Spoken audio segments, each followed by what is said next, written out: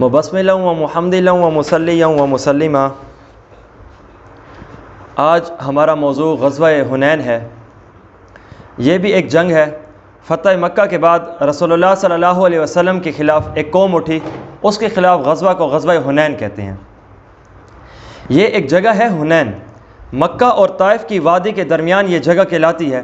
اس وجہ سے یہ دو شہروں کے درمیان میں، جس طرح کہ آپ صلی اللہ علیہ وسلم کا سفر طائف بھی ہوا تھا، یہاں پہ شہر مکہ بھی ہے، تو اس کے درمیان میں ایک جگہ ہے، اس کا نام حنین ہے۔ اس غزوہ کے دو نام ہیں، نمبر ایک غزوہ حنین، نمبر دو غزوہ حوازن۔ جگہ کی طرف نسبت کرتے ہوئے اس غزوہ کو ہم غزوہ حنین بھی کہتے ہیں۔ جس قوم نے رسول اللہ صلی اللہ علیہ وسلم کے خلاف تلوار اٹھانے کی جرت کی تھی، اس کا نام حوازن ہے، اس وجہ سے اس کو غزوہ حوازن بھی کہتے ہیں۔ میں نے آپ کو جس طرح غزوہ خندق میں بتایا کہ غزوہ خندق کے بھی دو نام تھے، غزوہ احزاب بھی ہے، غزوہ خندق بھی ہے۔ خندق اس وجہ سے کہتے ہیں کہ رسول اللہ صلی اللہ علیہ وسلم نے سلمان فارسی رضی اللہ تعالیٰ عنہ کے مشورے پر خندق کھودی، تو مسلمانوں کے اس عظیم کام کی طرف نسبت کرتے ہوئے اس جنگ کو غزوہ خندق کہتے ہیں۔ اور کفار نے بھی ایک ناکام کام کیا تھا، لشکروں کو اکٹھا کیا، لشکر کو حزبن کہتے ہیں، زیادہ لشکروں کو احزاب کہتے ہیں۔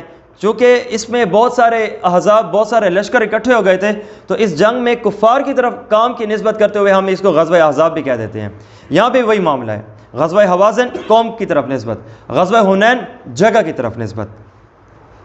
اب تک کا رسول اللہ صلی اللہ علیہ وسلم کے جتنے مارکے ہوئے ہیں وہ ٹھیک ہے لڑائی والے تھے، لیکن یہ کہ اس کے علاوہ مستقل لڑائی والے نہیں تھے۔ آپ صلی اللہ علیہ وسلم کے اگر مکہ کے افراد کو ہم دیکھیں تو یہ تاجر تھے۔ قرآن پاک 30 پارہ سورۃ قریش، لإیلاف قریش ایلافہم رحلۃ الشتاء والصیف، اے قریشیو، اللہ کی اور کتنی نعمتیں ہیں، نعمتوں کے اندر تو ہو تمہارے تجارتی قافلے ہیں، آتے ہیں جاتے ہیں، جس طرح غزوہ بدر میں بھی اشارہ کر دیا گیا تھا کہ ابو سفیان کا لشکر جو ہے یہاں سے دوبارہ شام سے ہوتے ہوئے مکہ میں گیا تھا۔ مدینہ کی قوم یہ زیادہ تر کاشتکار اور کسان مزاج ہے۔ غزوہ بدر کے موقع پہ ایک جب رسول اللہ صلی اللہ علیہ وسلم کے خلاف یہ جب قوم نکلی تھی نا، 3 افراد یہاں سے کفار کے آئے تھے، تو 3 افراد جو یہاں سے ابتدا میں لڑنے کے لیے آئے تھے نا، وہ مدینہ کے انصار تھے۔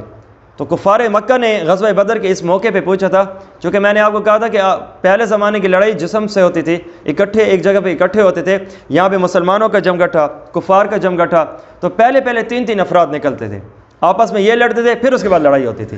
تو غزوہ بدر میں بھی یہی ہوا تھا۔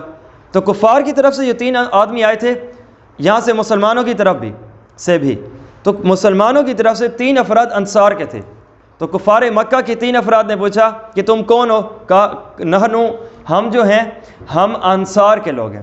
تو انہوں نے کہا تھا دیکھو ہماری تمہارے ساتھ جنگ نہیں ہے، تم تو ایسے ہی رسول اللہ علیہ وسلم کے ساتھ نکلے ہوئے ہو، ہماری اصل جنگ تو مکیوں کے ساتھ ہے جو اب وہ ہجرت کر کے تمہارے پاس آئے ہوئے ہیں، انہی قریشیوں کے ساتھ ہے، فلہذا ان کو بھیجو۔ تو اس سے کیا پتہ چلا رسول اللہ علیہ وسلم کے معاملات میں کہ جو مکہ والے تھے تاجر، مدینہ والے تھے کسان۔ اب جس قوم سے لڑائی ہو رہی ہے یہ فائٹر قوم ہے، یہ فائٹر نیشن ہے، یہ مکمل جنگجو افراد ہیں، ان کے تیر انداز بھی زبردست ہیں، ان کو تلوار چلانے کا انداز بھی بہتر آتا ہے، اور اس قوم کا نام حوازن ہے۔ اور ایک دوسری قوم بھی اس کے ساتھ مل گئی تھی، ثقیف، قبیلہ بنی ثقیف اور یہ حوازن ملے ہیں، اتفاق کیا ہے، جس طرح کہ خندق میں بہت سارے افراد نے اتفاق کیا۔ تو یہ جب اکٹھے ہوئے، انہوں نے آ کے ترتیب چلائی اور یہاں پہ رسول اللہ صلی اللہ علیہ وسلم کے خلاف ہوئے۔ اب بات یہ ہے کہ فتح مکہ 8 ہجری ہے، غزوہ حنین بھی یہی 8 ہجری میں ہوا۔ تو یہ لڑائی ہونے کی کیا نوبت آئی، کیوں یہ لڑائی کی گئی؟ آپ صلی اللہ علیہ وسلم نے مکہ کو فتح کر لیا ہے، اور ایک ایسی زبردست قسم کی تاریخ رقم کی ہے، اس جیسی آج تک جزیرہ عرب نے نہیں دیکھی تھی۔ تو ان قوموں نے محسوس کیا کہ یہ تو ہمارا ناک کا کٹنا ہے، یہ تو ایسے نہ ہو کہ رسول اللہ صلی اللہ علیہ وسلم کے سارے قبائل اکٹھے ہو گئے ہیں اور آپ صلی اللہ علیہ وسلم کی اتباع کر لی ہے، کہیں ایسے نہ ہو کہ یہ اکٹھے ہو کے ہمارے خلاف لڑ لیں۔ تو اس وجہ سے انہوں نے کہا کیا نبی علیہ السلام آئیں گے، ہم ان کی طرف چڑھ دوڑتے ہیں۔ تو ان کی یہ ترتیب تھی۔ جیسے صلح حدیبیہ کے موقع پر جب آپ صلی اللہ علیہ وسلم نے خواب دیکھا تھا کہ میں نے عمرہ کیا، صحابہ کو ساتھ لگایا تھا، تو یہاں پہ کفار نے بہت ساری دفعات میں ایک دفعہ کیا رکھا تھا کہ تم اس سال عمرہ نہیں کرو گے، آپ چلے جائیں، اگلے سال آئیں گے، اور وہ بھی 3 دن کا عمرہ۔ تو اسی سال جب یہ آئے بھی ہوئے تھے، 9 میل کی جگہ سے دوری پہ حدیبیہ پہ کھڑے تھے، تو اس وقت کفار مکہ نے آپ صلی اللہ علیہ وسلم کو عمرہ کیوں نہیں کرنے دیا تھا؟ سب سے بڑی وجہ یہ تھی کہ اب جو آپ ایسے ہی آ گئے ہو، یہ تو باقی جزیرہ عرب میں ہمارا ناک کا کٹنا ہے، آپ آ گئے ہیں، اب یہ باقی تو ایسے سمجھے گئے نا کہ ہم نے آپ کی بات مان لیا ہے، ہم آپ کے محتاط ہو گئے ہیں، اس وجہ سے آپ اب اس بار ہماری بات مانیں، اب واپس ہو جائیں، اگلے سال آپ آئیں گے۔ وہ جیسی ساری کی ساری صلح پہ بات ہو چکی تھی۔ اب یہ قبیلہ حوازن کا بہت بڑا لشکر ہے، 20,000 کی تعداد انہوں نے اکٹھا کی۔ وہ جو آخری مشہور غزوہ تھا، آپ کو میں بتاؤں تو غزوہ بدر ہے تو 1,000 لشکر ہے، غزوہ احد ہے کفار کا، غزوہ احد ہے تو 3,000 کا لشکر ہے، اور غزوہ خندق ہے تو 10,000 کا لشکر ہے، اور مسلمانوں کی غزوہ بدر میں تعداد 313، اور احد میں مسلمانوں کی تعداد ابتدا 1000 تھی، 300 منافق عبداللہ بن ابی کے زیر نگی ہو کے یہ بھی پیچھے چلے گئے تو باقی 700 بچ گئے، اور غزوہ خندق کے موقع پر رسول اللہ صلی اللہ علیہ وسلم کے 3,000 کے افراد تھے۔ یہاں پہ ایک ایسا معاملہ چلتا ہے، قبیلہ حوازن 20,000 کا لشکر ہے، اور رسول اللہ صلی اللہ علیہ وسلم اپنے ساتھ مدینہ میں فتح مکہ کے لیے 10,000 افراد کو لے کر آئے تھے، اور اضافی 2,000 جو مسلمان یہاں پہ ہوئے تھے ان کا 12,000 کا لشکر۔ یہ ترتیب اکٹھی ہوتی ہے اور رسول اللہ صلی اللہ علیہ وسلم کو اطلاع پہنچتی ہے کہ یہ ایک قبیلہ ہے، اکٹھے ہو چکے ہیں، وہی دوبارہ ترتیب ہے، آپ کو آپ کے خلاف تلوار نکالنے کے لیے نکلے ہیں۔ تو قبیلہ حوازن کا سب سے بڑا جو سردار تھا وہ سردار مالک بن عوف نصری، اس نے اتنی جرأت مندانہ دلیری سے کام دکھایا، گویا دوسرے الفاظ میں رسول اللہ صلی اللہ علیہ وسلم کی گستاخی میں ہی آگے ہوا۔ اس نے کہا نہ صرف ہم اپنے نوجوان اپنے جنگجوؤں کو آگے لیں گے، بلکہ ہم اپنے بچوں کو، کمزوروں کو، معذوروں کو، بیماروں کو، عورتوں کو بھی ساتھ لیں گے، اپنے مال مویشی تک کو ساتھ لے کر آئیں گے۔ بھئی حضرت اس کی وجہ کہ دیکھو وہ جیسے غزوہ احد میں ہوا تھا، کفار اپنی عورتوں کو ساتھ لے کر آئے تھے، جو اگر بھاگنے لگیں گے تو گھر کی عورتوں کا خیال آئے گا، تو اس نے بھی وہی یہاں پہ کام کیا کہ اگر تو ہم مقابلے میں نہ آ سکے، ہمیں تکلیف ہوئی، نبی علیہ الصلوۃ والسلام ہم پہ چڑھ دوڑے، تو ہمارے ہی اس جگہ پہ گھر کی عورتیں ہوں گی نا تو ہمیں غیرت آئے گی، ہم اس مقام کو چھوڑ نہیں سکیں گے، تو اس وجہ سے ہم نے گھر کی عورتوں کو بھی ساتھ لے لیا ہے۔ اور یہ اس انداز میں اتنا آگے تھا جیسے کہ بدر کے مقام پہ ابو جہل کو کتنی مرتبہ کہا گیا تھا، ایک سردار ہے کہ دیکھو ہمارا مقصد تھا اپنے زبردست قسم کے قبیلے کو بچانا اور ان کے مال کو بچانا، وہ بچ چکے ہیں، واپس آ جاؤ، تو اس نے بدماشی کی، تکبر کیا، اس نے کہا نہیں میں آگے بڑھوں گا، تو وہی ابو جہل جیسا اس نے یہاں پہ تکبر اپنایا، کہا میں تو آگے ہوں گا اور میں پوری ترتیب چلاؤں گا۔ اس کے ساتھ ایک دوسرا جنگجو بھی تھا اور یہ بھی ایک بڑا تھا، اس کا نام ہے درید بن سما۔ یہ اگرچہ کفار کی طرف سے تھا اور جنگجو تھا، اپنے زمانے میں بہت بڑا لڑاکو تھا اور اسے بہت بڑا جنگ کا تجربہ بھی تھا، تو اب قوم نے اسے بھی ساتھ لیا۔ اسے ساتھ لینے کی وجہ یہ تھی اگرچہ تم تلوار اٹھا کے مسلمانوں کے خلاف لڑ تو نہیں سکتے، لیکن ہم نے تم سے بہترین قسم کے مشورے لینے ہیں اور تم اچھے مشورے دو گے۔ یہاں پہ مالک بن عوف اپنا قبیلہ لے کر آیا، مکمل لشکر لے کے آیا، حتیٰ کہ بچوں تک کو لے کر آیا۔ آگے درید بن سما نے دیکھا کہ جس جگہ پہ مالک نے پڑاؤ کیا نا اچھی ہے، نہ اتنی سخت ہے کہ زمین سخت ہو جائے اور تکلیف ہو، نہ اتنی نرم ہے کہ پیر نیچے گھسیں، یہ درمیان کا ہے، اور یہ میرا تجربہ کہتا ہے کہ زمین اچھی چنی ہے، جیسے کفار مکہ نے غزوہ بدر کے موقع پہ بھی اچھی زمین چنی تھی، ہوا کیا تھا، تو یہاں پہ اس نے بھی یہی کہا۔ لیکن درید نے کہا کہ مجھے یہ کیا معاملہ ہو رہا ہے کہ یہاں پہ تو مجھے بچوں کے رونے کی بھی آوازیں آ رہی ہیں، بکریوں کی بھی آوازیں آ رہی ہیں، اونٹوں کی بھی آوازیں آ رہی ہیں، تو اونٹ بھی آ چکے ہیں، بکریاں بھی آ چکے ہیں، یہ کیا ہے؟ یہ جنگ کرنے کے لیے نکلے ہے مالک، کیا کرنے کے لیے؟ تو اس کو لوگوں نے کہا کہ مالک نے یہ سوچ رکھی ہے کہ اگر میں گھر والوں کو ساروں کو لے کر آؤں گا نا قبیلے کے، تو پھر مجھے غیرت آئے گی، میں جنگ کو چھوڑ نہیں سکوں گا، میدان جہاد سے بھاگ نہیں سکوں گا۔ تو اس پر درید نے کہا دیکھو یہ اس نے بے وقوفی کیا، اسے ایسا نہیں کرنا چاہیے تھا۔ دو ہی باتیں تھیں، یا تو تم ہار جاتے، جو اگر ہار جاتے نا بھائی تم مرتے، تمہارے گھر والے تو نہیں، اور اگر تم جیت جاتے تو دوبارہ واپس چلے جاتے، اپنے گھر والوں کو مل لیتے، یہ تم نے بے وقوفی کی ہے، اس کا تجربہ کہہ رہا ہے۔ تو مالک کو آگے بلایا گیا، درید نے کہا دیکھو تم نے یہ بے وقوفی کی ہے، اس نے کہا تم بوڑھے ہو چکے ہو، تمہیں کوئی سمجھ نہیں ہے، تمہارا تجربہ تھا اب ہے نہیں، چلے جاؤ یہاں سے۔ اور اس پر اس نے مزید یہ کہا کہ دیکھو جو میں نے کیا ہے یہ ٹھیک ہی کیا ہے، میں ایسا نہیں ہوں کہ میں اپنی بات سے پیچھے ہٹوں، یا ایسا بھی نہیں ہوں کہ اپنے بچیوں اور اپنے گھر والوں کو پیچھے بھیجوں، میرے سامنے اب دو ہی راستے ہیں، یا تو میں نے اپنے آپ کو خودکشی کر لینی ہے، پھر سنبھالو یہ لشکر، اور کرو رسول اللہ صلی اللہ علیہ وسلم کے خلاف مقابلہ. یا دوسری بات یہ کہ میں نے اسی انداز سے معاملے کو لے کر چلنا ہے. درید یہاں چپ کر گیا, ٹھیک ہے, جیسے یہاں پہ ترتیب چلائی گئی. اب وہی متکبرانہ انداز ہے جیسے ابو جہل کا تھا. اس نے یہی کہا تھا نا کہ دیکھو ہمارا مقصد تھا بچانا, مال کو بچا لیے, تم بھی واپس آ جاؤ. کہا واپس نہیں آنا. تو اس کا بھی یہی کہ میں نے اپنی عورتوں تک کو واپس نہیں بھیجنا. یہاں سے آپ صلی اللہ علیہ وسلم کی طرف اطلاع پہنچ چکی ہے کہ آپ صلی اللہ علیہ وسلم نے صحابہ کو اکٹھا کیا, اور یہاں پہ ارشاد فرمایا کہ تم بھی اکٹھے ہو جاؤ. یہ جو قبیلہ جو ہمارے خلاف تلوار اٹھائے گا تو ہم بھی اٹھائیں گے. اگرچہ فتح مکہ ہوا ہے, یہاں پہ اگر ہم تلوار چلاتے تو کوئی ایک بندہ بھی نہ بچتا, لیکن رسول اللہ صلی اللہ علیہ وسلم کا رحم ہے. لیکن جو بندہ ہمارے مقابلے میں نکل رہا ہے نا, تو اب یہ معاملہ نہیں ہوگا کہ ہم بھی پیچھے ہٹیں گے. اب یہ بدماشی کا انداز الگ ہے. تو آپ صلی اللہ علیہ وسلم نے یہاں پہ اپنا ایک جاسوس بندہ بھیجا, عبداللہ بن ابی حدرج اسلمی. اس سے جا کے کہا کہ آپ صلی اللہ علیہ وسلم کے حکم پر کہ تم جاؤ حوازن کی تمام ترتیبوں کو دیکھ کر آؤ, کہاں پہ کمی ہے, کہاں پہ زیادتی ہے, کس مزاج کا ہے, کیا ترتیب چلا رہا ہے. کیونکہ آج ایک نئی قوم سے ہمارا مقابلہ ہونے لگا ہے. یہ تیر انداز ہیں, یہ جنگجو ہیں, یہ تیر کا نشانہ بھی جانتے ہیں, تلوار کا انداز بھی جانتے ہیں. ان کی ضرب باقیوں سے ہٹ کے کاری ضرب ہوگی. تو یہاں پہ یہ 2 دن رہا اور دوبارہ نبی علیہ الصلوۃ والسلام کو آ کے عرض کرنے لگا, یا رسول اللہ ان کے پاس تیر بھی ہیں, یا رسول اللہ ایسا ایسا معاملہ ہے, یا رسول اللہ یہ اپنے بچوں اور بچیوں تک کو گھر سے نکال کے لے آیا ہے. تو یہاں پہ نبی علیہ الصلوۃ والسلام نے مسکرا کے فرمایا تو الحمدللہ یہی ہمارے لیے مال غنیمت بنے گا. تو نبی علیہ الصلوۃ والسلام نے یہ پہلے سے پیشن گوئی فرما دی. اچھا, نبی علیہ الصلوۃ والسلام کا تو قاصد جاسوس ان کے پاس گیا, کامیاب ہوا, اطلاع دی, دوبارہ واپس آ گیا. ان کا بھی ایک بندہ تھا جو جاسوس, انہوں نے تعداد میں 3 بندوں کو اکٹھا کیا کہ تم بھی آگے جاؤ, مکہ میں جاؤ, نبی علیہ الصلوۃ والسلام کا بھی حال دیکھو, یہ کیا معاملہ چلاتے ہیں, کیا ترتیب ہے. تو جب یہ 3 بندے کافروں کے حوازن کے قاصد بن کے مکہ میں آتے ہیں نا, دوبارہ یہ جلدی جلدی واپس آ گئے. اور مالک نے کہا میں نے تو تمہیں آگے بھیجا تھا, تم یہاں پہ کیوں مایوس انداز سے آ رہے ہو. کتابوں میں لکھا ہے اس طرح ہڑ بڑھا کے, اس طرح حیران و پریشان عالم میں آئے تھے کہ گویا جسم کے ان کے ہر ایک جوڑ علیحدہ علیحدہ دکھ رہا ہے. کہا کیا ہوا. کہا ہم تھوڑا سا آگے گئے تھے, خوبصورت گھوڑے تھے, سفید قسم کے کپڑے تھے, اور پتہ نہیں کیا ہوا کہ ہم مار کھاتے ہوئے دوبارہ تمہارے سامنے کھڑے ہیں. ابھی تم نے جو حال دیکھا ہے, یہ وہی بدر والے گھوڑے ہوں, ممکن ہے یہ وہی بدر والے فرشتے ہوں جو مار دے کر ان کو واپس بھیجا گیا ہے. تو یہاں پہ یہ پہلی ترتیب ہے جس میں یہ دکھ رہا ہے کہ آپ صلی اللہ علیہ وسلم نے بھی غالب آنا ہے. تو یہاں پہ آپ صلی اللہ علیہ وسلم نے صفوان بن امیہ, مکہ کا یہ بندہ بڑا تھا, ابی بن خلف کا یہ بچہ ہے, تو امیہ بن خلف. تو یہ کون ہے, جب آپ کو یاد ہو غزوہ بدر میں ہم نے پڑھا کہ جب غزوہ بدر کے بہت سارے کفار مارے گئے تھے نا, تو یہ بیٹھا تھا اور اس کے ساتھ عمر بن عمیر تھا غالباً. تو یہ دونوں آپس میں باتیں کرنے لگے تھے, ہمارے تو بڑے سردار تھے, ہمارا ابو جہل بڑا تھا اور ان کے ساتھ گپ شپ ہوا کرتی تھی, تو آج تو وہ ساری کی ساری رونقیں ہی کعبے کی ختم ہو گئی ہیں.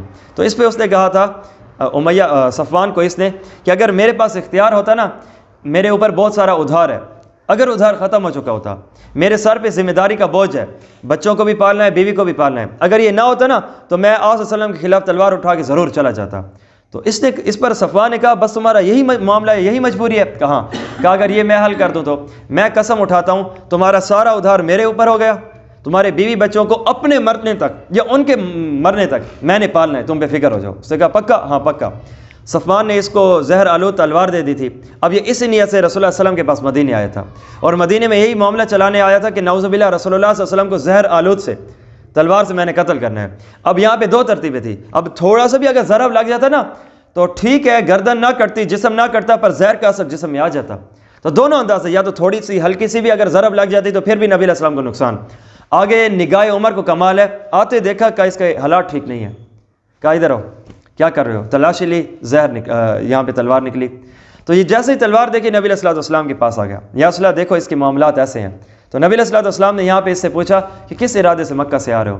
بھئی یا رسول اللہ وہ جو بدر کے قیدی ہیں ان میں سے ایک قیدی میرا بھی ہے, تو آپ اگر رحم فرمائیں تو میں اسے نکالنے کے لیے آیا ہوں, میں اس کا فدیہ دینے کے لیے آیا ہوں اور اسے بچانے کے لیے آیا ہوں. تو نبی علیہ الصلوۃ والسلام نے یہاں پہ فرمایا سچ سچ بولو, کیا یہی وجہ ہے. جی یا رسول اللہ وہی وجہ ہے, اس کے علاوہ اور کوئی نہیں ہے. کہا اگر یہ وجہ ہے اور اس کے علاوہ نہیں ہے تو کعبے کے قریب صفوان کے ساتھ تمہاری کیا بات ہوئی تھی, کیا تم مجھے مارنے کے لیے نہیں نکلے تھے, کیا یہ زہر آلود تلوار نہیں ہے, اور کیا تمہارے بوجھ کو اس نے نہیں اٹھایا. حیران ہوا, اشہد ان لا الہ الا اللہ و اشہد ان محمد. یہ دوبارہ واپس جاتا ہے. صفوان کو غصہ, وہاں پہ صفوان نے جب اسے بھیجا تھا نا, ذمہ داری اپنے کندھے پہ لے لی تھی, تو ان کو جا کے کہا تھا کہ اے کفار مکہ, ان قریب تمہیں ایسی زبردست قسم کی میں خوشخبری دینے لگا ہوں کہ تم بدر کے مقام کی تکلیف کو بھول جاؤ گے. تو اب جب یہ آتا ہے تو اسے حیرانی کہ میں نے تمہیں مارنے کے لیے بھیجا تھا، تم دشمن بن کے گئے تھے، اب دوست بن کے آ رہے ہو، تو اس نے قسم اٹھا لی آئندہ کے بات نہیں بولوں گا۔ یہ وہی صفوان ہے، تو اس نے یہ غزوہ حنین کے موقع پہ ہی مسلمان ہوئے، صحابی رسول بنے۔ تو اس نے ابتدا میں نبی علیہ الصلوۃ والسلام نے اس سے بہت سارا اسلحہ مانگا، اور اس نے کہا میں کیوں دوں؟ تو نبی علیہ الصلوۃ والسلام نے فرمایا تمہیں میں نفع کے ساتھ دوبارہ واپس کروں گا۔ تو نبی علیہ الصلوۃ والسلام نے ان سے یہ والا معاملہ چلایا اور ترتیب ساری کی ساری کلیئر کی۔ اب 12,000 کا صحابہ کرام کا جانثاران صحابہ ہیں، لشکر ہے جو آگے جا رہا ہے، اور آگے سے جن کے ساتھ مقابلہ ہے 12,000 کا وہ ہیں 20,000 کا لشکر ہے۔ تو یہاں پہ ابتدا میں جب جنگ ہوتی ہے نا، تو قبیلہ حوازن کے چند ایک بندے تھے جو چھپ کر بیٹھ گئے۔ آپ صلی اللہ علیہ وسلم جیسے ہی آگے آتے ہیں تو اچانک ان پہ حملہ ہو جاتا ہے، 12,000 کا لشکر پہ اچانک تلواروں سے حملہ، اور اس انداز سے تیز حملہ تھا کہ کسی صحابہ کو کچھ بھی نہ پتہ لگا۔ عجیب تر معاملہ تھا، عجیب تر حالت تھی، اور مکمل بھگدڑ مچ گئی۔ جس طرح غزوہ احد پر ابتدا میں مسلمانوں نے بڑی فتح پائی، لیکن آخر میں تھوڑی سی نقصان بھی، تو یہاں پہ ابتدا میں تھوڑا سا نقصان پایا، اور صحابہ کرام کہاں کے کہاں ہیں، کہاں کے کہاں ہیں، ادھر ادھر ہو گئے۔ تو یہاں پر ابتدا میں ایسے ہی ترتیب چلی، پھر اس کے بعد یہ تمام کے تمام اکٹھے بھی ہوئے، تلواروں سے حملہ کے ساتھ ساتھ انہوں نے مزید دوسرا انداز اپنایا، تیر چلانے لگے۔ کسی صحابی کو نہیں پتہ چلا کہ میں کہاں جا رہا ہوں، کہاں سے آ رہا ہوں، اس انداز سے ترتیب آگے چل پڑی۔ تو یہاں پہ جب ابتدا میں تھوڑا سا شکست کا معاملہ ہونے لگا نا، تو دو بہت بڑی وجوہات ہیں جس کی بنیاد پہ یہ صحابہ کرام کو تھوڑی سی تکلیف ہوئی ہے۔ نمبر 1، انہوں نے ایک صحابی نے یہ جملہ کہہ دیا، جب کم ہوتے تھے ہزاروں پہ غالب آتے تھے، اب تو ہیں ہم ہی تعداد میں زیادہ۔ تو یہ اللہ رب العزت کو ادا پسند نہیں آئی، کہا کبھی تم نے تعداد پہ نہیں رکھنا، میں اللہ ہوں، کبھی اس انداز سے بھی ترتیب دکھا دوں گا، تمہیں پتہ ہو تم نے ہر وقت مجھ پہ نگاہ رکھنی ہے۔ تو ایک وجہ تو یہ ہے، اور انہوں نے کہا تھا لن نغلب اليوم من قلۃ، کہ آج ہم نے کبھی اپنے قلت ہونے کی وجہ سے تکلیف نہیں سہی، اب تو ہمارا 12,000 کا بھی لشکر ہے۔ تو جب یہ آواز چلی نا، تو یہ نبی علیہ الصلوۃ والسلام نے بھی سنی، ناگوار سمجھی گئی، یہ ناگواری کا اثر ہے۔ اور ابتدا میں تھوڑی سی تکلیف کا دوسرا یہ بھی معاملہ، دوسری یہ بھی وجہ کہ یہاں پر کفار مکہ فتح مکہ ہو چکا ہے، تو ابتدا میں چند ایک ایسے بندے بھی تھے جو بطور امتحان مسلمان ہوئے تھے، ابھی صحابہ کرام کی وہ درجے میں نہیں اترے، کیوں؟ ابھی دلوں میں ایمان راسخ نہیں ہوا۔ قرآن پاک نے بھی کہا ان کو ابھی تم ان کو مسلمان کہو، صحابہ کے درجے پہ نہیں آئے، ایمان کے درجے میں مزید انہوں نے آگے آنا ہے، تو ابھی ان کا اثرات کا معاملہ اور تھا۔ تو ممکن ہے کہ اس اثر کا جو معاملہ ہے صحابہ کرام پہ آیا ہو، اس کی وجہ سے یہ تھوڑی سی سستی ہو گئی ہو۔ تو اس سے پتہ چلا، دیکھ لیجئے کہ ماحول کا اتنا بڑا اثر ہوتا ہے۔ ایک وہ ہیں جو انصار مدینہ ہیں، ہر جگہ ہر معاملے میں نبی علیہ الصلوۃ والسلام کی مدد کی ترتیب چلاتے ہیں، اور دوسری طرف یہ ہیں، یہ ابتدا میں ہے، تو ماحول کا اثر اس انداز سے آتا ہے۔ بلکہ میں آپ کو سنن نسائی کے ایک حدیث مبارک بتاؤں، تو وہاں پہ نبی علیہ الصلوۃ والسلام نماز ایک مرتبہ حدیث کے مطابق پڑھا رہے ہیں، تو اچانک نبی علیہ الصلوۃ والسلام نے سلام پھیرا، صحابہ کی طرف متوجہ ہوئے، کہا کہ کیا ہو گیا چند ایک قوم کے لوگوں کو صحیح معنوں میں وضو ہی نہیں کرتے، پھر اس کے بعد آ کے ہماری نمازوں کو خراب کرتے ہیں۔ تو اس پر اس سے پتہ چلا کہ بعض اوقات امام کا بھولنا مقتدی کے صحیح وضو کے نہ کرنے کی وجہ سے ہوتا ہے، یہ بات ممکن ہے۔ اس وجہ سے کوئی مقتدی کہتے ہیں نا کہ امام صاحب بھول گئے یہ وہ، تو غلطی امام سے ہوئی ہے پر امام کی وجہ سے نہیں ہوئی، ممکن ہے کہ پیچھے مقتدی کا معاملہ ایسا ہو۔ ایک یہاں پہ اگر ہم تبصرہ کریں تو دیکھیے مکمل صحابہ نے غلط وضو کیا ایسا نہیں ہے، بلکہ چند ایک نے خراب وضو کیا ہے، اور اس کا اثر مکمل قوم پہ پڑا ہے۔ اس بات کا مطلب یہ ہے کہ برے چند ایک ہوں گے، اثر سب پہ آئے گا۔ اس وجہ سے انسان اپنے ماحول کو دیکھے، اچھوں میں ہوں بروں میں ہوں، اگر تو اچھوں میں ہوں الحمدللہ مزید بڑھائے، اس کو باقی رکھے، اور اگر بروں میں ہوں نکلو بھائی لا حول ولا پڑھو۔ آپ کو اگر یاد ہو نبی علیہ الصلوۃ والسلام ہے، مکہ کی جگہ ہے، ابتدائی اسلام ہے، تکلیف دے رہے ہیں، تو آپ صلی اللہ علیہ وسلم کو تکلیف کی بنیاد پہ نبی علیہ السلام نے نظریہ چھوڑا تھا یا جگہ چھوڑی تھی؟ ہجرت کی تھی، جگہ چھوڑی تھی، نظریہ نہیں چھوڑا تھا۔ اس وجہ سے جب کبھی غلط ماحول ہو نا، بندے کو ایسا نہیں کہ جس طرح آج کل کا یہ ماحول ہے، کہہ دیا جاتا ہے بس یار ایسا کہ کرو ماحول ہی میں، اور بھائی جب یہ پتہ چل چکا ہے کہ ماحول ایسا ہے یا تو بدلو، نہیں بدل سکتے تو نکلو، یا کم از کم اس ترتیب پہ تو رہو نا۔ ہم بعض اوقات ہم اچھے ہو کر کسی بروں کو لے لیتے ہیں، ان سے اپنا اثر لیتے ہیں، متاثر ہوتے ہیں، اثر دیتے ہیں، مؤثر نہیں ہوتے کہ ہم اپنا اثر ان کو دیں۔ دائی کی تو شان ہی یہی ہے، اپنا اثر دیتا ہے نہ کہ اگلے سے اثر لیتا ہے۔ تو یہاں پہ بھی وہی معاملہ ہونا چاہیے، رسول اللہ صلی اللہ علیہ وسلم ہوں یا صحابہ کرام ہوں، کس انداز سے دائی تھے؟ اس انداز سے دائی تھے کہ کفار کے کفر کو اپنے اوپر غالب نہیں کیا، حتیٰ کہ فتح مکہ ہوا ہے اپنا اثر ان کو دیا ہے، یہ دائی کی شان ہوتی ہے۔ آپ صلی اللہ علیہ وسلم جیسے یہاں پہ پہنچے، جیسے کہ بتایا، تلواروں سے بھی حملہ ہوا، تیروں سے بھی حملہ ہوا، تو یہاں پہ تمام تر صحابہ کرام ادھر ادھر ہو گئے۔ اب چند ایک صحابہ کرام ہیں جو نبی علیہ السلام کے ساتھ غزوہ حنین میں عین جہاد کے موقع پہ کھڑے ہیں۔ حضرت ابو بکر ہیں، عمر ہیں، علی ہیں، عباس ہیں، فضل بن عباس ہیں اور اسامہ بن زید ہیں رضی اللہ عنہم اجمعین۔ یہ صحابہ کرام کے چند ایک جتھا ہے جو نبی علیہ السلام کے ساتھ کھڑے، باقی سارے کے سارے چلے گئے، ادھر ادھر تتر بتر ہو گئے۔ تو آپ صلی اللہ علیہ وسلم نے یہاں پہ حضرت عباس کو فرمایا کہ اے عباس تمہاری آواز اونچی ہے، قد کے بھی بڑے ہو، تو آپ اس طرح سے کرو کہ ان انصار صحابہ کو آواز دو۔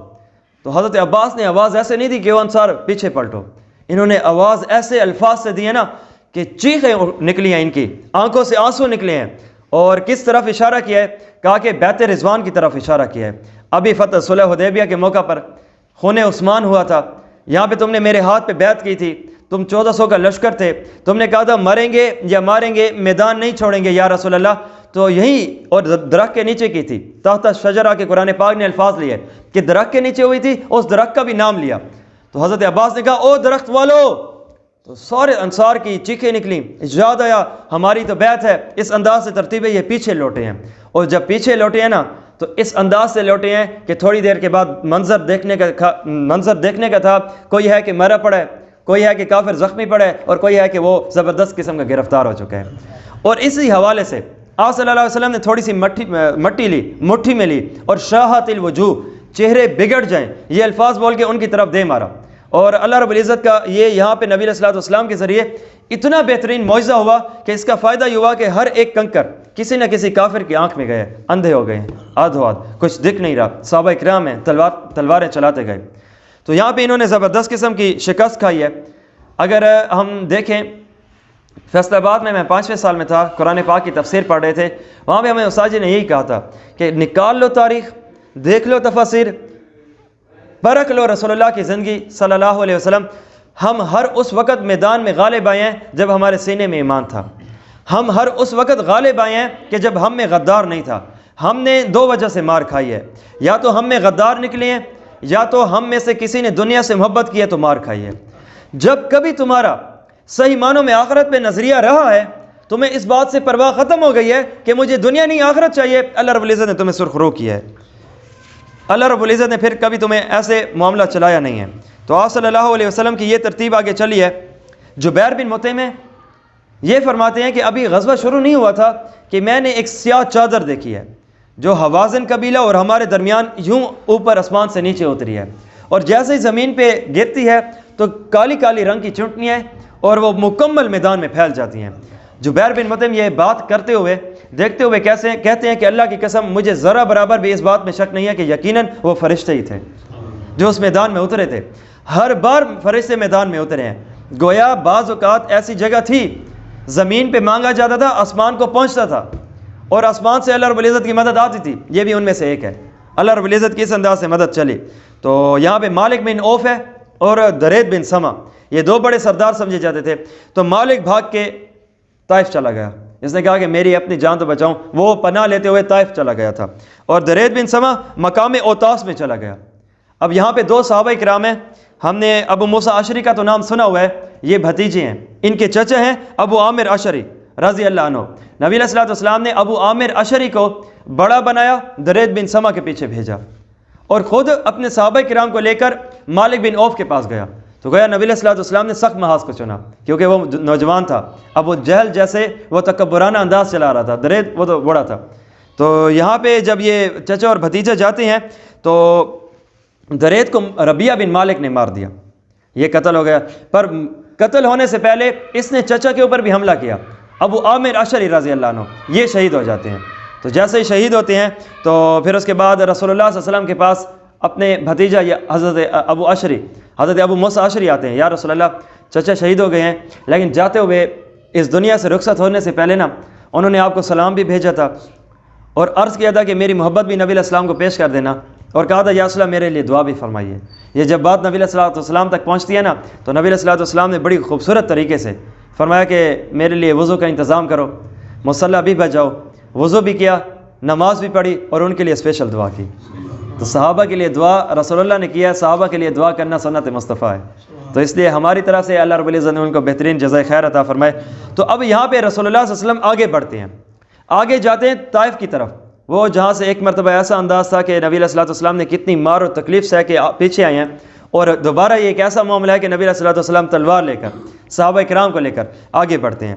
یہاں پہ جب یہ پہنچا تھا نا مالک بن عوف قبیلے، یہ قلعے کے اندر چلا گیا، قلعے کو بند کر لیا، اور اس کے اندر صحابہ کرام نے کہا غیرت ہے تو نکلو، تم تو بڑی جنگجو قوم تھی، تمہارے تو تیر انداز بھی بڑے مشہور ہیں، تمہارے تلوار کے چلانے کے انداز بھی بڑے نرالے ہیں، اب ذرا آؤ نا باہر، ہم نے مقابلہ کرنا ہے۔ اوپر سے قلعے سے آواز آتی ہے سالوں سال کا ہم نے اپنے ادھر ہم نے ذخیرہ اندوزی کر رکھی ہے غلے کی کھانے کی، تو جب یہ ختم ہوگا تو نکلیں گے۔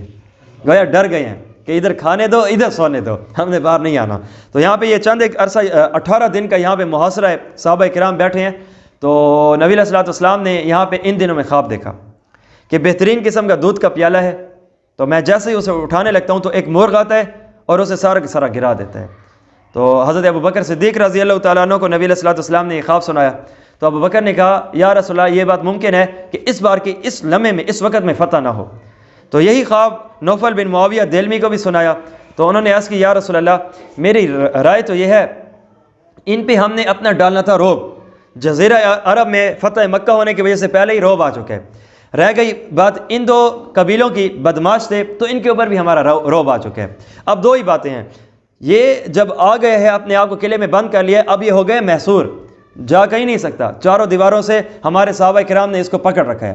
دو ہی باتیں ہیں، یا تو کچھ عرصہ ہم یہاں پہ رہیں مار کے نکلیں گے اسے، یا دوسری بات ہے کہ ہم واپس چلے جائیں۔ اب اگر ہم واپس بھی چلے جائیں نا، اس نے ہمارا کرنا کوئی نقصان نہیں ہے۔ تو نبی علیہ الصلوۃ والسلام نے یہ رائے زیادہ مناسب سمجھی کہ ہم پیچھے ہی جاتے ہیں اور یہ ہمارا نقصان کوئی نہیں کر سکے گا۔ تو یہاں پہ نبی علیہ الصلوۃ والسلام کو خواب کی طرف سے بھی اشارہ مل چکا ہے۔ تو جان سارا نے صحابہ کو کہا نا، تو صحابہ نے کہا یا رسول اللہ ہم تو فتح کی نیت سے آئے ہیں، ہم آگے ہی بڑھیں گے۔ تو نبی علیہ الصلوۃ والسلام نے اشارے میں فرمایا چلو ٹھیک ہے بڑھو پھر آگے۔ صبح ہوئی، حملہ کیا تو صحابہ زخمی ہوئے، تو نبی علیہ السلام نے صحابہ کی طرف دیکھ کے کہا اب کیا ارادہ ہے؟ تو نبی علیہ الصلوۃ والسلام نے فرمایا کہ میری چاہتی ہے کہ پیچھے ہی جاتے ہیں۔ تو صحابہ نے کہا یا رسول اللہ فیصلہ یہی بہتر ہے۔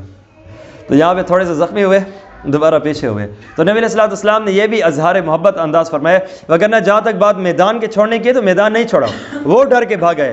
نہ صرف وہ بھاگے، نبی علیہ الصلوۃ والسلام ان کے پیچھے بھی گئے ہیں، 18 دن کا محاصرہ بھی کیا ہے، اور اگر یہاں پہ مناسب سمجھے تو ان کو دوبارہ ختم بھی کر سکتے ہیں۔ تو یہاں پہ بہت سارا اب ان کو مال غنیمت ملا۔ مال غنیمت کہاں سے آیا؟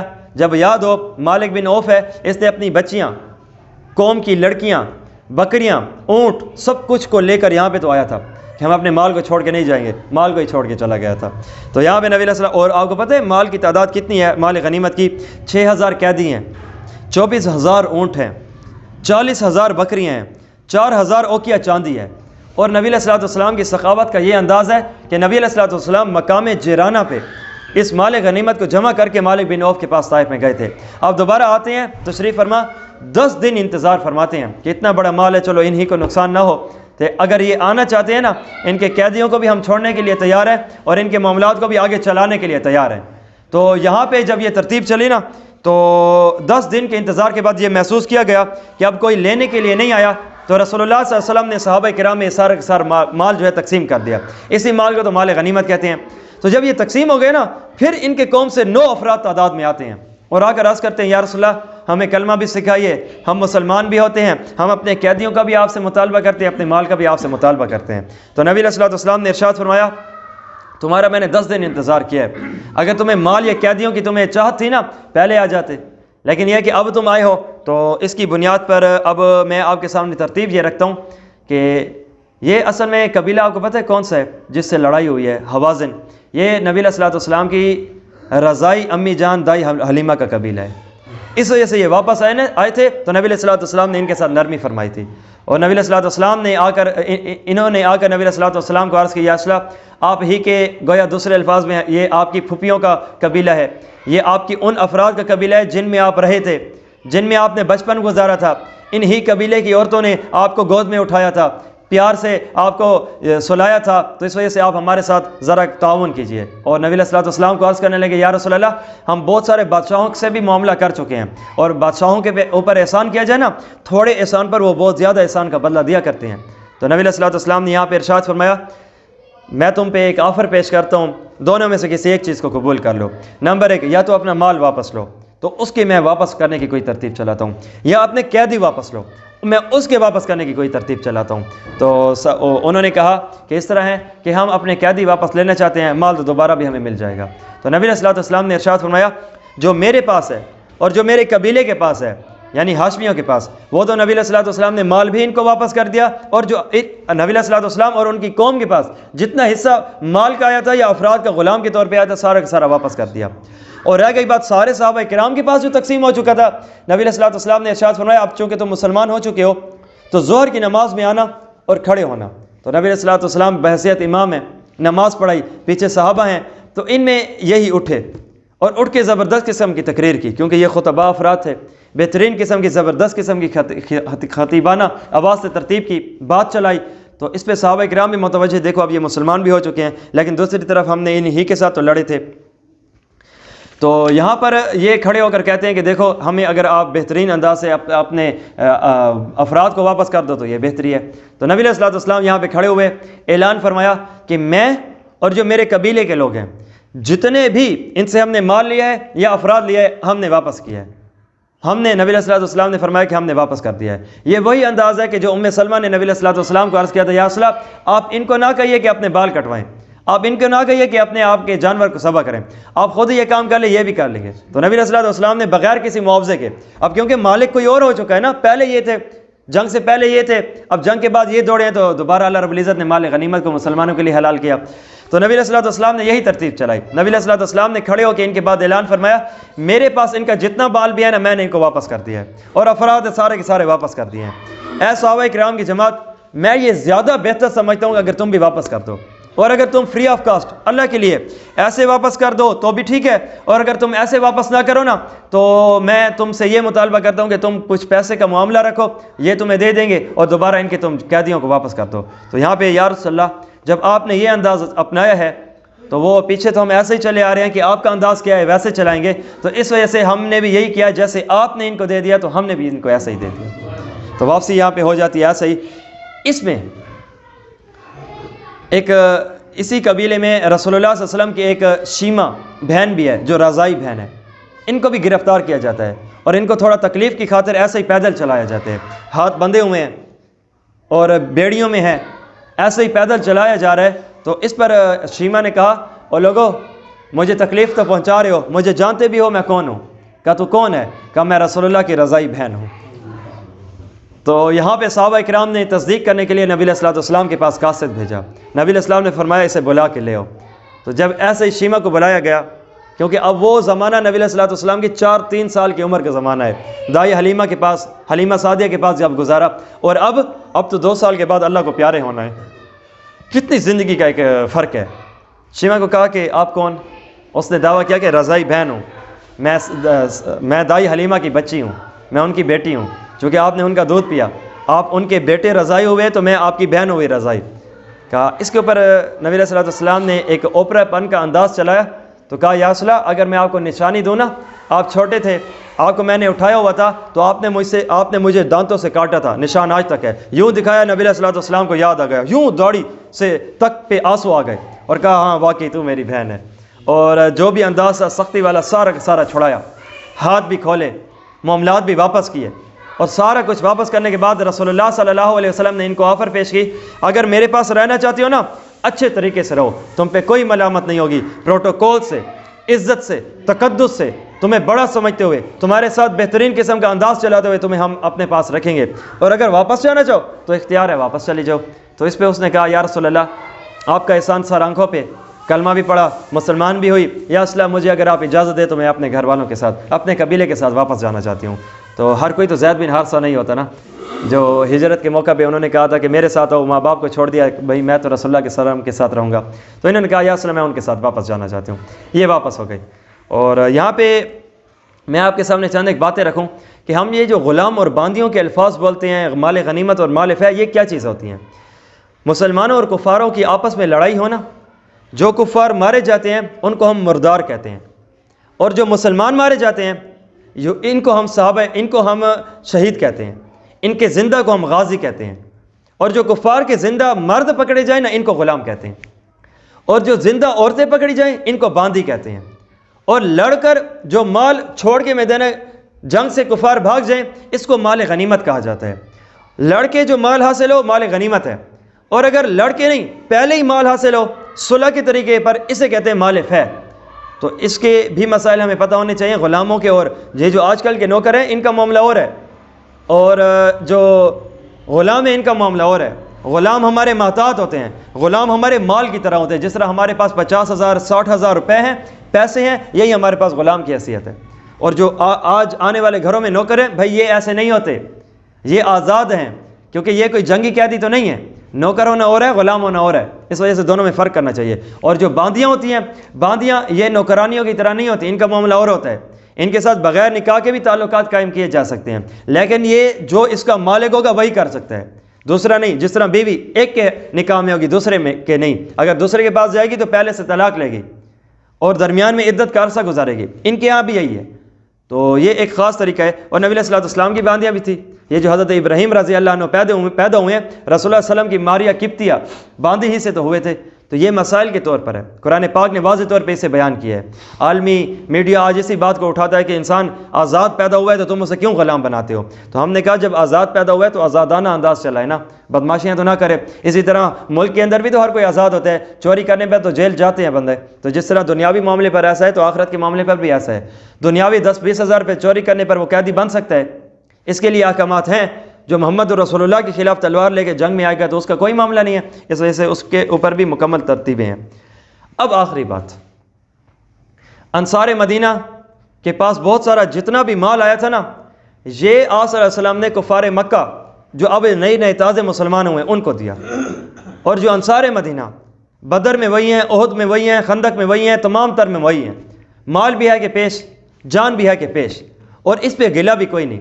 تو ان پہ انصار کے چند ایک نوجوان بندے تھے، انہوں نے کہا یہ دیکھو ہماری تلواروں سے ابھی بھی ان کے حوازن کا خون ٹپک رہا ہے، اور جو آنے والا خون ہے، آنے والی جو مال غنیمت ہے، آج وسلم نے کفار مکہ کے جو بڑے ابھی نئے تازے مسلمان ہوئے ہیں اور ابھی تک ان کے دلوں میں صحیح معنوں میں ایمان بھی راسخ نہیں ہوا، تو ایسے افراد کو دے دیا۔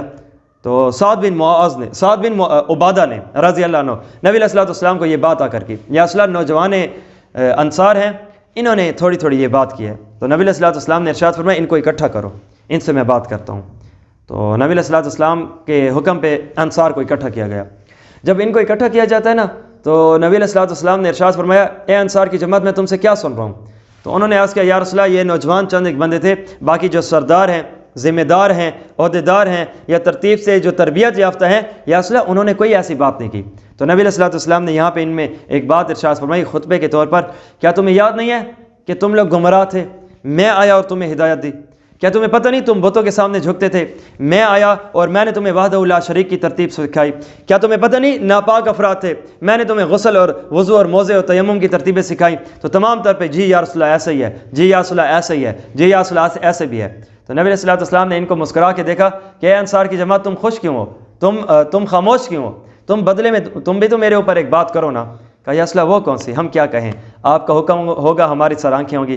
تو نبی علیہ السلام نے از راہ محبت یہاں پہ ارشاد فرمایا اب تم بھی مجھے کہو کہ یا رسول اللہ آپ کو بھی تو لوگوں نے ٹھکرا دیا تھا، ہم نے آپ کو قبول کیا، آپ کو بھی تو شہر سے باہر نکال دیا گیا تھا، ہم نے اپنے آپ میں آپ کو رکھا ہے، یا رسول اللہ آپ کے قبیلے والوں میں نے بھی تو آپ کو چھوڑ دیا تھا، ہمارے قبیلے والوں نے آپ کو قبول کیا تھا، یا رسول اللہ آپ کے خلاف اپنوں میں نے بھی تو تلوار اٹھائی تھی، ان غیروں نے آ کے آپ کو اپنا بنایا تھا۔ تو آپ صلی اللہ علیہ وسلم نے ارشاد فرمایا سنو میرا اٹھنا بیٹھنا تمہارے ساتھ ہے، میری صلح جنگ تمہارے معاملے پر ہی ہے، اور یاد رکھو میں مکہ میں آیا ہوں، مکہ رہنے کے لیے نہیں، دوبارہ تمہارے ساتھ ہی جاؤں گا۔ اور تمہیں خبر ہے میں نے جو ان کو مال دیا ہے نا، اس وجہ سے نہیں دیا کہ یہ حقدار ہیں، اس وجہ سے دیے ہیں قرآن نے ان کے بارے میں کہا ہے مؤلفۃ القلوب، جو ابتدائی اسلام میں آئیں تو بطور دل کی پختگی کے لیے، ابھی کفار کا مذہب چھوڑ چکے ہیں لیکن ابھی بھی ان کے اندر کچھ نہ کچھ اثرات ہیں، تو دل کی اسلام پہ پختگی کے لیے، دل جوئی کے لیے میں نے ان کو مال دیا ہے، وگرنہ یوں نہ سمجھنا کہ یہ حقدار تھے، اگر حقدار کی بات ہے تو وہ تم ہی ہو، اور حقدار کا معاملہ تمہیں کتنا دوں، تمہیں رب جنت ہی دے گا، اس سے بڑھ کے کمی نہیں ہے۔ اور تمہیں میں ایک بات بتاؤں، کیا اس بات پہ تم راضی نہیں ہو کہ جب یہ حوازن کے، جب یہ کفار مکہ کے لوگ ابھی نئے تازے مسلمان جب یہ واپس آئے نا مکہ کے، ان کے گھر والے ان سے پوچھیں کیا لائے، تو یہ کہیں کہ ہم بکریاں لائے ہیں، ہم تلوار لائے ہیں، ہم مال لائے ہیں، ہم دودھ لائے ہیں، ہم یہ مال غنیمت واپس لے کر آئے ہیں۔ اور جب اے انصار مدینہ تم مدینہ پہنچو، تم سے تمہارے بچے اور بیویاں پوچھے کیا لائے، تو تم جواب میں یہ کہو کہ ہم رسول اللہ لائے ہیں۔ کیا تمہیں اس بات کا وہ قبول نہیں ہے؟ تو سارے صحابہ، یہ روایات میں آتا ہے، کتابوں میں لکھا ہوا ہے، یہ داڑھی ہے، تر ہے پورے کے پورے آنسوں سے، یا رسول اللہ آپ حکم کیجئے۔ نہ پہلے بات تھی نہ اب بات ہے، جو معاملہ تھا انہی کی طرف سے تھا، فلہذا ختم ہے، تو ترتیب مکمل۔ تو نبی علیہ الصلوۃ والسلام اپنے پیاروں کو لے کے مدینہ واپس جاتے ہیں، اور وفائے رسول اللہ دیکھو آج بھی وہیں پہ۔ عمرہ کرنا ہے تو مکے جاؤ، حج کرنا ہے تو مکے جاؤ، اور جب رسول اللہ کی زیارت کرنی ہے تو پھر مدینے آؤ۔ ان کا معاملہ اور ہے، ان سے ہٹ کے ہے۔ تو آپ صلی اللہ علیہ وسلم جب مدینہ میں تشریف لائے تھے نا، تو آپ صلی اللہ علیہ وسلم نے مدینہ کی محبت لوگوں کے دلوں میں بیٹھنے کے لیے رب تعالیٰ سے دعا کی تھی، یا اللہ جس طرح مکہ کی لوگوں کے دلوں میں محبت ہے، مدینہ کی ایسے ڈال دے، اور نہیں یا اللہ ایسے بھی نہیں، اس سے بھی بڑھ کے ڈال دے۔ اور ابتدا میں مدینہ کا بخار بڑا سخت مشہور تھا، نبی علیہ الصلوۃ والسلام نے عرض کیا یا اللہ اس کا جو بخار ہے نا جوفہ پہ ڈال دے۔ جوفہ یہودیوں کی ایک قبیلہ تھا، اور ان کے اوپر ڈال دے۔ نبی علیہ الصلوۃ والسلام کی ایسی ترتیب چلی، یہ جو صحابہ کرام تھے دوبارہ توانا بھی ہوئے ہیں، بیماری بھی ہٹی ہے، اور وہ جو بیماری تھی وہ ان کو لگ گئی، یہودیوں کو۔ تو نبی علیہ الصلوۃ والسلام کے معاملات الگ ہیں۔ قرآن پاک نے یہاں پہ غزوہ حنین کو چند ایک آیات میں ذکر کیا ہے، بطور ایک آیت آپ کے سامنے واضح طور پہ رکھتا ہوں، جس میں تھوڑا سا ایک میدان سمجھ آتا ہے کہ کیا انداز تھا۔ قرآن پاک سورۃ التوبہ آیت نمبر 25، اللہ رب العزت نے ارشاد فرمایا صحابہ کرام کو، لقد نصرکم اللہ فی مواطن کثیرہ، کہ اے صحابہ کرام کی جماعت میں نے تمہیں الگ الگ اندازوں پہ دیکھا بھی ہے، اور وہاں پہ جا جا کے میں نے تمہاری مدد کی ہے۔ ابتدا میں دیکھو غزوہ بدر ہے، یا ایسی ترتیب جو بھی دیکھ لو۔ اور اللہ رب العزت نے پھر خصوصی طور پہ فرمایا ویوم حنین، اور نہ صرف باقی جگہوں پہ، اس حنین کے موقع پہ بھی میں نے تمہاری مدد فرمائی ہے۔ اور آپ کا انداز کیا تھا؟ وہی اشارہ جو میں نے آپ کو بتایا، ابتدائی کمزوری، تھوڑا کبر جیسی بات ہوئی تو اس اعجبتکم کثرتکم، جب تم نے یہ محسوس کیا آج تھوڑا تعداد میں ہم زیادہ ہیں، 350 یا 313 ہونے پر ہم نے مار دی تھی، آج تو ہم 12,000 کا لشکر ہیں، آج تو چھوڑیں گے ہی نہیں۔ تو جب یہ تمہارے دل میں آیا تھا نا، تو فلم تغنی عنکم شیئا، فائدہ کوئی نہیں دیا تمہیں اس سوچ نے، الٹا تم نے تھوڑی سی مار کھائی تھی۔ وَضَاقَتْ عَلَيْكُمُ الْأَرْضُ بِمَا رَحُبَتْ، تمہیں خبر ہے زمین بہت فراخ تھی، پر اس میدان میں تم اتنی تنگی محسوس کرنے لگے کہ تمہارا دم گھٹنے لگا۔ چاروں طرف سے تیر تھے، تیروں کی بارش تھی، چاروں طرف سے تلواروں کی بارش تھی۔ میں نے ابھی بتایا چند ایک صحابہ کے علاوہ باقی سارے ادھر ادھر دوڑ گئے تھے، اور دوبارہ حضرت عباس کے آواز سے وہ اکٹھے ہوئے تھے، اور آنکھوں سے آنسو بہاتے ہوئے بس وہ تلوار رکی ہے تو کفار مرے ہیں۔ اور اللہ رب العزت نے ارشاد ان کے لیے یہی بات ارشاد فرمائی، ثم ولیتم مدبرین، پھر اس کے بعد تم چلے گئے تھے، دوبارہ رب کی مدد آئی، دوبارہ تم لوٹے تھے۔ جنگ کی حالت میں بھی اللہ رب العزت صلح جیسا انداز، جنگ کی حالت میں بھی اللہ رب العزت امن جیسا انداز رکھ دیتا ہے۔ میں نے آپ کو غزوہ احد کے موقع پہ بتایا تھا، حضرت طلحہ ہیں، حضرت رسول اللہ صلی اللہ علیہ وسلم کی مکمل انہوں نے حفاظت کی تھی غزوہ احد کے موقع پر۔ بعد میں جب نبی علیہ السلام سے کوئی پوچھتا تھا نا کہ احد کا موقع کیسا تھا، کتنی سختی تھی، تو نبی علیہ السلام ابتدا بھی طلحہ کی تعریف سے اور انتہا بھی طلحہ کی تعریف سے کرتے تھے۔ اور اسی موقع پہ ارشاد فرمایا تھا اوجب طلحہ، تو طلحہ نے رب تعالیٰ کے لیے ایسا انداز چلایا ہے رسول اللہ کی خدمت کرنے کے لیے کہ حوالے سے طلحہ نے اپنے اوپر جنت کو واجب کر دیا ہے، ایسا انداز تھا۔ تو طلحہ فرماتے ہیں اس میدان جنگ میں، غزوہ احد میں 3-4 مرتبہ میرے ہاتھ سے تلوار چھوٹی تھی، نیند کی وجہ سے، غنودگی اور تسلی کی وجہ سے۔ کیا سخت مارکا تھا، قرآن نے کھول کے بیان کیا ہے، لیکن یہ کہ رب تعالیٰ کی طرف سے اتنی غنودگی تھی، یہ رحمت تھی، یہ فیض تھا جو رب تعالیٰ کی طرف سے تھا۔ یہ ہمارا ٹاپک مکمل ہوا۔ ہمارا کل کا ٹاپک انشاءاللہ غزوہ تبوک ہے، یہ آخری مارکہ ہے، یہ نبی علیہ الصلوۃ والسلام کا آخری مارکہ ہے۔ پھر اس کے بعد نبی علیہ الصلوۃ والسلام اللہ رب العزت کو جان دے دیتے ہیں، اور بڑا ٹف مارکہ ہے، بڑا عجیب مارکہ ہے۔ یہاں پہ منافقین اور مسلمانوں کا ایسا نکھیڑا ہوگا واضح طور پہ، پھر اس کے بعد پتہ چل جائے گا یہ منافق ہے، یہ منافق ہے، یہ منافق ہے، نکلو ہماری صفوں سے۔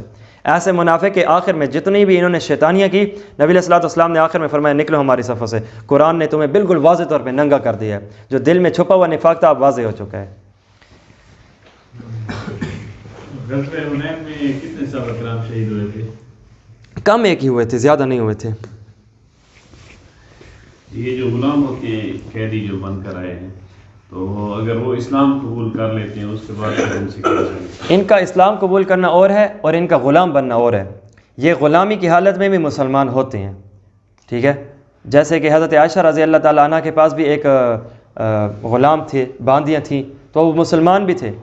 اب جیسے فضائل صحابہ میں یہ نہیں آتا کہ حضرت ابو ہریرہ فرماتے ہیں کہ میرے پاس ایک غلام بھی تھا، میں بھی تھا، تو ہم راتوں میں حصے کو تقسیم کر لیتے تھے، تھوڑی دیر وہ اٹھتے تھے، تھوڑی دیر ہم سوتے تھے، تھوڑی دیر وہ تہجد پڑھتے تھے، تھوڑی دیر ہم بھی، وہ بھی۔ تو ان کا غلام ہونا اور ہے، ان کا غلام ہونا پچھلی سزا ہے۔ اور رہ گئی بات کہ اب یہ دوبارہ آزادی میں کیسے آئیں گے؟ جس طرح مرد اور عورت کا نکاح ہوتا ہے، اکٹھے ہوتے ہیں، پھر نہ بنے تو طلاق ہوتی ہے تو جدائیگی۔ تو اسی طرح یہ مالک اور نوکر ہوتے ہیں، جب دیکھا مالک نے کہ یہ قابل ہے، بہتر ہے، زبردست ہے، تو اپنے ساتھ رکھا، یا پھر ان کو یہ لفظ بول دیا جائے نا، جس طرح بیوی کو کہ تجھے طلاق تو وہ آزاد، تو اسی طرح اسے کہہ دیا جائے کہ تو آزاد، تو وہ بھی اپنی حالت غلامی سے نکل آتے ہیں۔ یا پھر دوسری ترتیب یہ بھی ہوتی ہے کہ مالک کو اختیار ہوتا ہے کہ تو مجھے اتنے پیسے دے دے تو میں یہ لفظ تیرے لیے بول لوں گا، اسے کہتے ہیں بدلے کتابت۔ قرآن پاک نے بھی فرمایا ان کے متعلق فَقَاتِبُوهُمْ إِنْ عَلِمْتُمْ فِيهِمْ خَيْرًا، کہ مکاتبت اگر تم کر سکتے ہو تو کر لیا کرو، یہ تمہارے لیے بہتر ہے، کہ وہ کما کر لائیں گے اور سارا کا سارا وہ اپنے آپ کو آزادی کی ترتیب میں ڈال دیں گے۔ تو یہ اسلام کی ایک خوبصورتی ہے۔ آج بھی جنگ ہو نا تو یہ ڈونلڈ ٹرمپ ہمارا غلام بن سکتا ہے، صحیح ہے نا؟ یہ جہاد کی خوبصورتی ہے جو بڑوں کو ہمارے نیچے لاتا ہے، صحیح ہے۔